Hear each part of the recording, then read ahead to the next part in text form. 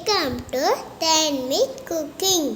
Hi friends, welcome back to my channel. இன்னைக்கு நம்ம என்ன பார்க்க போறோம்னா சிறுதானிய தோசைங்க. நல்லா மொறு மொறுன்னு சூப்பரா இருக்கும். வாங்க என்ன சிறுதானியம்னு பார்க்கலாங்க. சாமை, குதிரைவாலி, வரகு, திணை 4 அரிசி வச்சு தான் பண்ண போறோங்க. இது வந்து 250 கிராம் பிடிக்குங்க. 1/4 கிலோ பிடிக்கும் இந்த டம்ளர்னு சொல்ல மாட்டோம், புடின்னு சொல்லுவோம் நாங்கள், காப்புடி.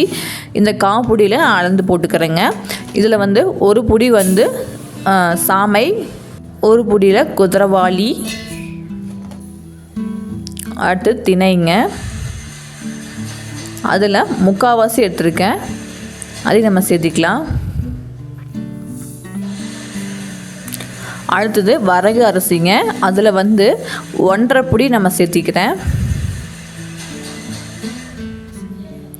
1.5 புடி வரகு அரிசிங்க, அதையும் நம்ம சேர்த்திக்கலாம்.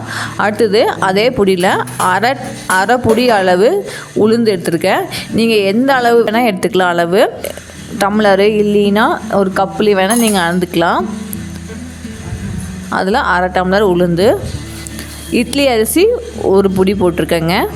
அவ்வளோதான், சிறுதானிய தோசைக்கு அவ்வளோதாங்க போதுமானது. தண்ணி ஊற்றி நல்லா கழிஞ்சிட்டுங்க ஊற வச்சு எடுத்துக்கலாங்க. தண்ணி ஊற்றி நல்லா கழிஞ்சிக்கோங்க, ஏன்னா மண் தூசி நிறையா இருக்கும். அதனால் தண்ணி ஊற்றி நல்லா கழிஞ்சிட்டுங்க ஊற வச்சு வச்சுருங்க. ஒரு 5-6 மணி நேரம் நல்லா ஊறட்டும். 6 மணி நேரம் ஊறினதுக்கப்புறம் நம்ம கிரைண்டரில் போட்டு அரைச்சி எடுத்துக்கலாங்க. இப்போ 6 மணி நேரம் நல்லா ஊறிடுச்சு. இப்போ நம்ம கிரைண்டரில் போட்டு அரைச்சி எடுத்துக்கலாம். இல்லை மிக்சியில் போடுறதா கூட மிக்சியில் போட்டு அரைச்சி எடுத்துக்கலாங்க. நம்ம தோசைக்கு அரைப்போம் பார்த்தீங்களா, கொஞ்சம் தருதுன்னு, அதே மாதிரி அரைச்சி எடுத்துக்கலாங்க. பாருங்கள், கொஞ்சம் தருதுன்னு தான் எடுத்துருக்கேன். இந்த தருதுன்னு கொஞ்சம் எடுத்துக்கலாங்க, அப்போ தான் தோசை நல்லாயிருக்கும். இதே மாதிரி எல்லா மாவும் ஆட்டி எடுத்து வச்சுங்க. கடைசியில் மாவு புளிச்சு வரணுன்னா நீங்கள் கல் உப்பு போட்டு கையிலேயே நல்லா கரைச்சி விடுங்க. சூப்பராக நல்லா புளிச்சு வந்துடுங்க மாவு. கல் உப்பு போட்டுங்க, உப்பு போட்டு கரைச்சி வச்சுக்கோங்க. நல்லா கரைச்சிக்கோங்க, கைவிட்டு நல்லா கரைச்சிட்டு மூடி வச்சிடலாங்க. இப்போ நான் காலையில் மாவு ஆட்டி வச்சேன். இப்போ நைட்டு தோசைக்கு சூப்பராக நல்லா புளிச்சு வந்துடுச்சு. பார்த்தீங்களா, சூப்பராக புளிச்சு வந்துடுச்சுங்க. ஒரு கலக்கி விட்டுக்கலாம்.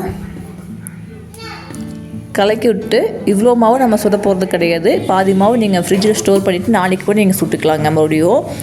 அது கூட கொஞ்சமாக தண்ணி ஊற்றிக்கோங்க. தோசை கொஞ்சம் தண்ணியாக இருந்தால் நல்லாயிருக்கும். பாருங்கள், இந்த அளவுக்கு கன்சிஸ்டன்சி கரெக்டாக இருக்குங்க.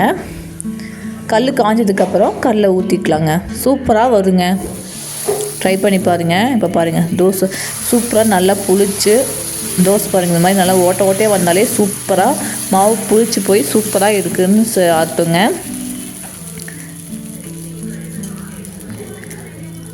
எண்ணெய் ஊற்றிக்கலாங்க. எண்ணெயை ஊற்றிட்டு 2 பக்கம் திருப்பி போடுங்க, நல்லா வேகட்டும். திருப்பி போட்டுக்கலாங்க. போட்டுட்டு அவ்வளோதாங்க, நல்லா மொறுன்னு சிறுதானிய தோசை ரெடிங்க. இதே அளவுகளோடு நீங்கள் பண்ணிங்க அப்படின்னா தோசை பணியாரம் சூப்பராக வருங்க.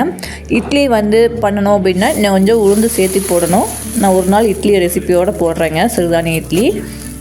இது தோசைக்கும் பணியாரத்துக்கும் சூப்பராக காம்போ நல்லா இருக்குங்க. இது கூட தேங்காய் சட்னி, தக்காளி சட்னி, இட்லி கார சட்னியோடு சாப்பிட்டிங்கன்னா சூப்பர் டேஸ்ட்டாக இருக்கும்.